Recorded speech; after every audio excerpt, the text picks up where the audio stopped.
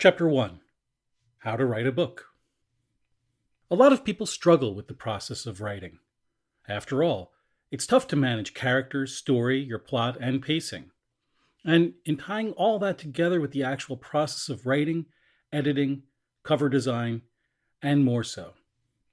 In this little book, I'm going to talk about the writing process and walk you through how I wrote a novel, step by step. My goal is to help you write world-class stories better and faster. I created these writings because I believe that each of you has a high level of talent, and you just need help unlocking it. When it comes to the writing process, most writing resources out there on the internet will give you a quick overview of the process without really getting into the nitty-gritty. I want to share the step-by-step process that I've perfected after many novels, and I hope that it will give you some insights that you can start using immediately in your next writing session. So, this is going to be an overview of my writing process and my general philosophy on how I do it. Step number 1 is to generate an idea. It's important to create a steady stream of ideas so that you don't ever run out. So, that's what I do. I love to create a steady stream of book ideas so that I've always got a cache of book ideas, character ideas, and other things that are ready to go whenever I need them. The reason this is important is that you must keep your mind full of ideas. Because let me tell you guys, writer's block is real. You're going to come across times when you are in the middle of your novel and you don't have any idea of what to write. And so, when you keep that steady stream of ideas coming in from outside of your writing, you've got a source that you can rely on and tap into when you're in the middle of those tough times. That's important, and it'll help you. So, the way that I personally do this is that I keep what's called a sketchbook, and it's just a digital notebook that holds all of my ideas. I've been doing this since I started off with physical notebooks, right? I carry a little notebook and a pencil around with me in my back pocket. This is available in print. Book Writing Journal, Author Notes Guide by Bill Vincent.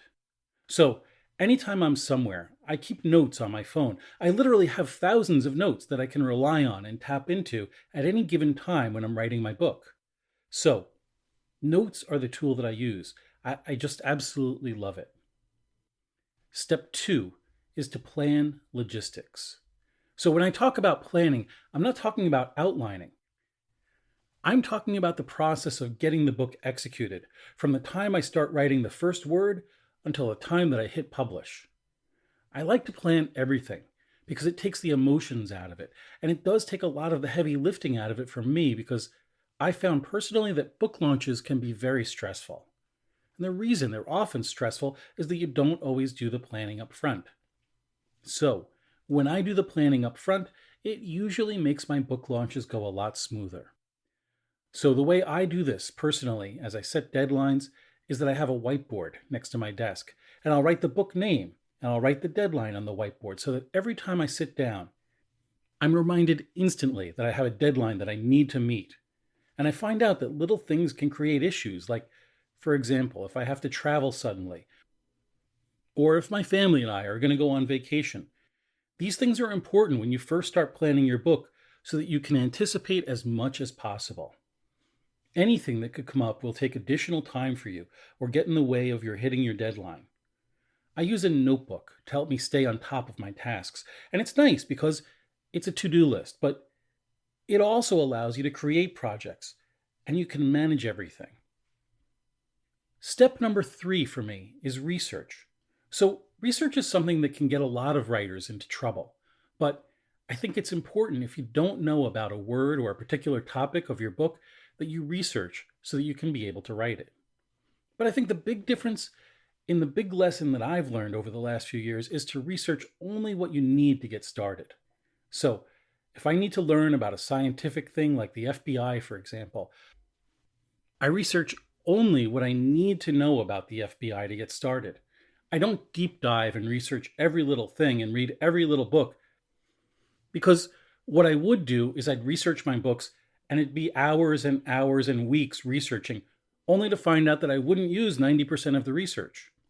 So what I've learned is that I decided to research what I need to get started. And then as I'm writing the book, if I come across something that I don't know, that's when I'll go and research it. So that way you don't waste time and you don't research all the stuff that you end up not using. So what this looks like for me is, just to put a finer point on it, I'll read 1 or 2 books by subject matter experts in the field of whatever it is I'm trying to learn. And I'll usually limit my research to 1 or 2 big topics that I need to learn about in order to get started. And so I'll read 1 to 2 books.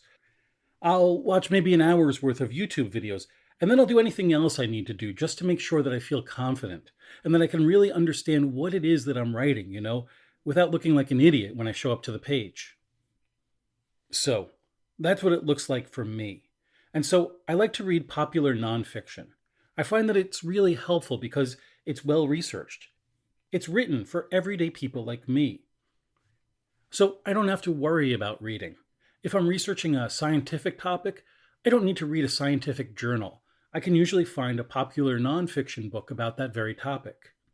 So this is why research is well written and it's accessible. And I can read it in ebook and audiobook format, which means I can get there pretty quickly. And last but not least, I always read at least 1 or 2 books in the genre that I'm writing, just to make sure that I've got my finger on the pulse of what readers expect in that genre.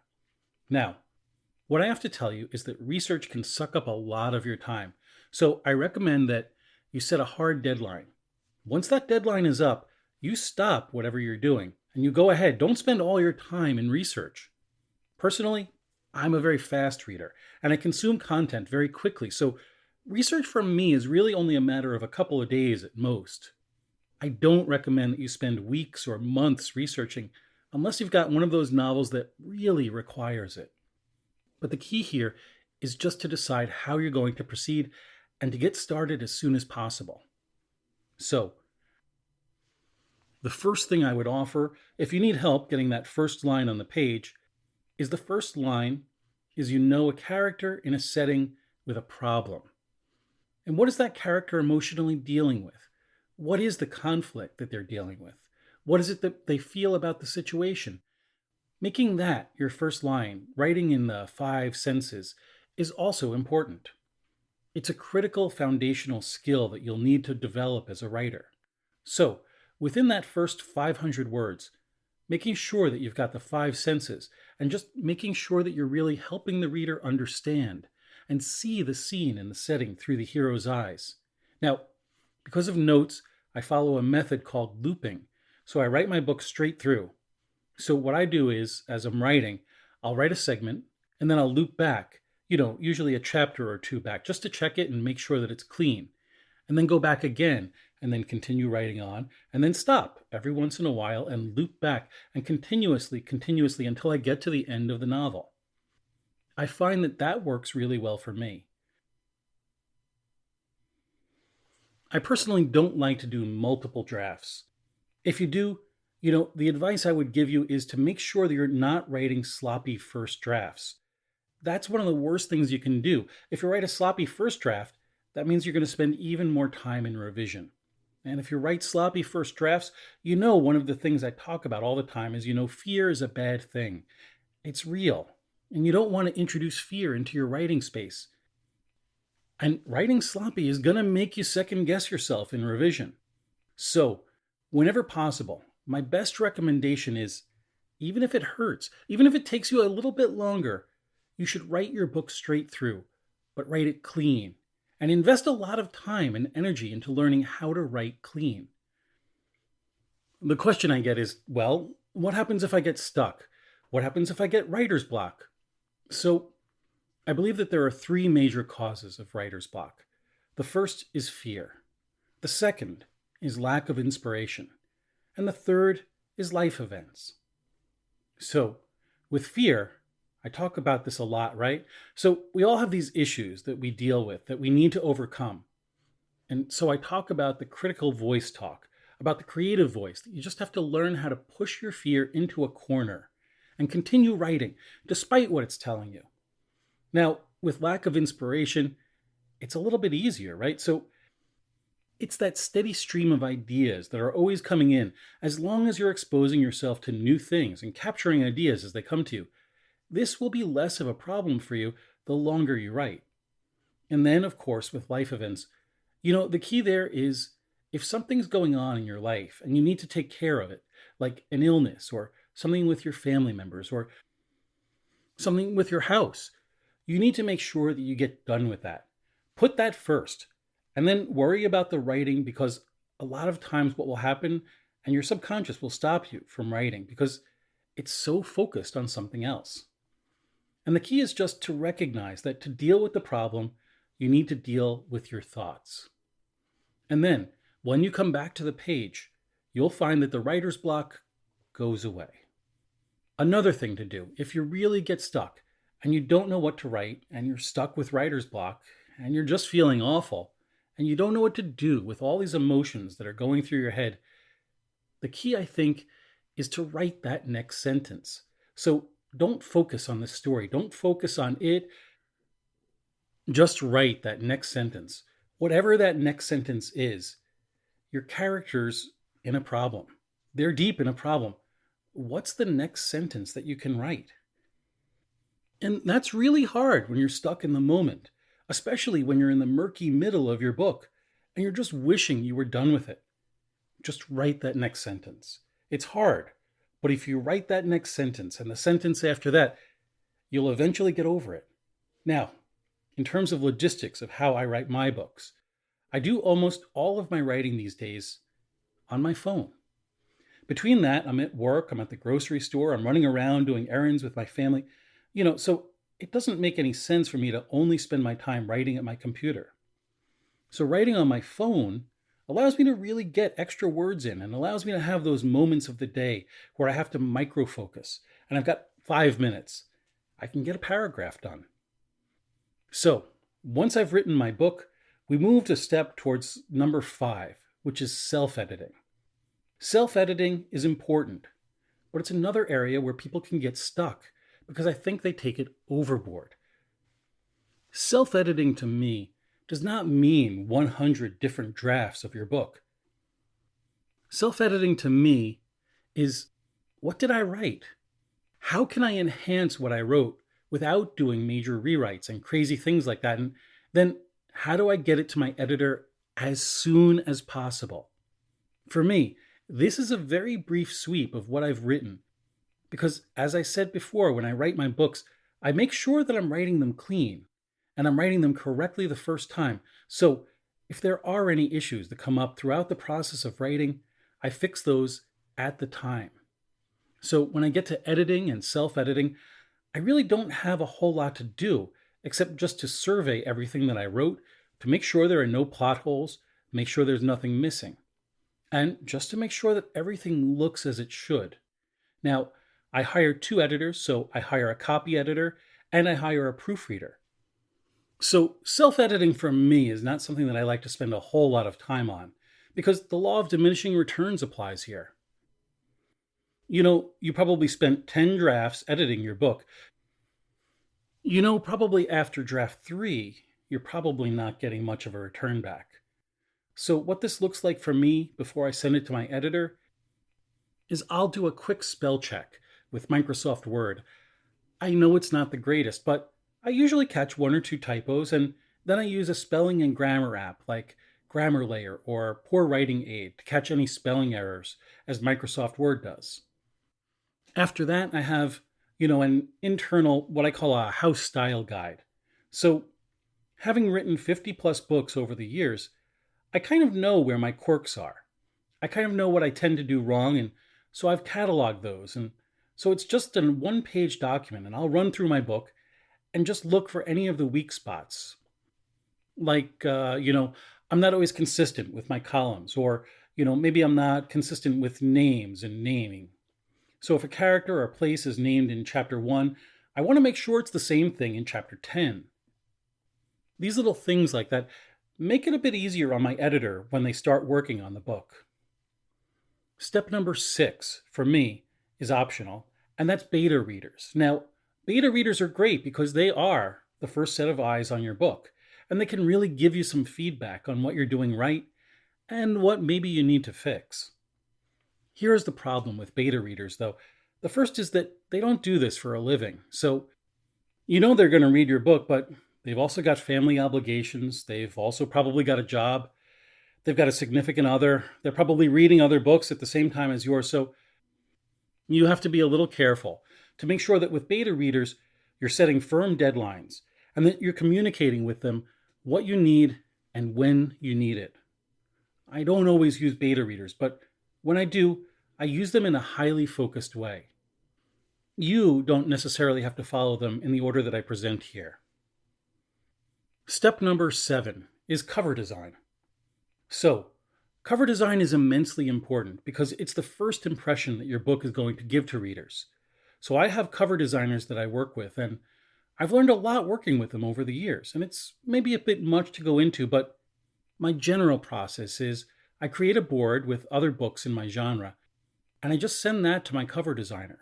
I find that way it's easier than just filling out a long questionnaire on what I need.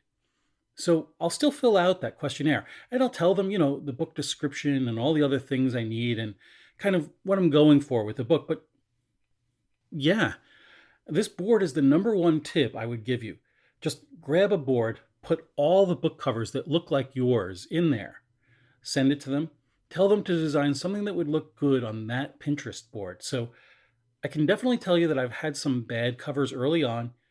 Even my publishing company uses 5 book buyers to rate our covers before publishing. So, another tip I'll offer you is that there really are only 4 elements to book covers. So there's your author title, there's the book title itself, there's the foreground, and then there's the background. The key, I've learned, and this just makes it so much easier, is that you look at each one in isolation. So you look at the author cover in relation to all those other covers on Pinterest. You look at the book title in relation to all the other titles on Pinterest. You look at the foreground and the background, and you compare them. And then you can give more targeted feedback to your cover designer on the particular element that makes all the difference in the world, I found, when I'm working with my cover designers. Another tip I'll offer you is learn the basics of typography. So you wouldn't spend a whole lot of time on it, but I would just make sure you understand it. Step 8 is copy editing. So this is the first time the book goes to an editor. I have a copy editor who follows the standard practices of editing, and she'll take a look at the book and she'll go through line by line and do line edits for me and comment on things like consistency, comment on whether my message is clear, if I've got some things that maybe could be cut from a consistency or flow perspective. So the copy editing is, in my opinion, one of the most important parts. And that's once you're done. It's where the novel really starts to feel like the book. So I send a Word doc to my editor marks it up with track changes, she sends it back to me. We can go back and forth a few times to make sure that everything is clear and edited, and I'll discern some minor changes, and she can look at those, and then once we're done, I've basically got the novel ready to go. Now, if I see an error more than 3 times, what I'll do is I'll add it to my house style guide, so that way, when I'm writing the next book, I can be on the lookout for it to make things a little easier, and I found that doing this over the years also saves me some costs in editing too. Once I'm done with the copy edit, I'll do another quick Microsoft spell check because, things get missed out of place and sometimes typos happen as a natural result of the editing process. And so Microsoft Word spell check is just the easy way to catch those pesky errors that may have popped up that I didn't realize. If you want some help in editing and kind of building out your style guide and just understanding the basic principles of it. Step number 9 is proofreading. So proofreading for me is the last line of defense. So I could publish the book if I wanted to, but I like to do proofreading just because, copy editors aren't always perfect. There's going to be things that they miss. There's going to be other things that maybe popped up when you were incorporating the edits into your novel that the copy editor just didn't have a chance to look at. So I found that the proofreader is that critical last line of defense that can help me catch any outstanding typos that may be in the book. Sometimes proofreading can make all the difference between a good novel and a great novel. So the process is the same as copy editing. You trade a Word doc back and forth, And there should be fewer errors this time because you've already worked with your copy editor. Most of the errors have been edited already in the copy editing phase, but I'll have the proofreader do that for me, and then once I'm done, I've got everything incorporated back into the novel, and I've got a finished book now. What I'll do is I'll do a spell checker one more time just to catch any pesky errors. Step number 10 is formatting. So formatting is something that I used to spend a lot of time on early in my career, but I don't spend a whole lot of time on it now because I've got a process in place to make sure that I don't have to worry about it. So what I do is I use designers in RWG Publishing, but I'm also part of beta testing for great software. I've got ebook files to use at all the different retailers, and then I've got a paperback file that I can use as well. Now, the old way I used to do this was I used to compile features to tweak my novel and make sure that it looked good, and then I would compile it into the various formats and scripts. Compiling has gotten increasingly more complicated over the years, and so I've moved away from that. I try to keep things simple because if you do make it complicated, then it takes you forever to do things. Now, you can publish your work and begin on your next great novel.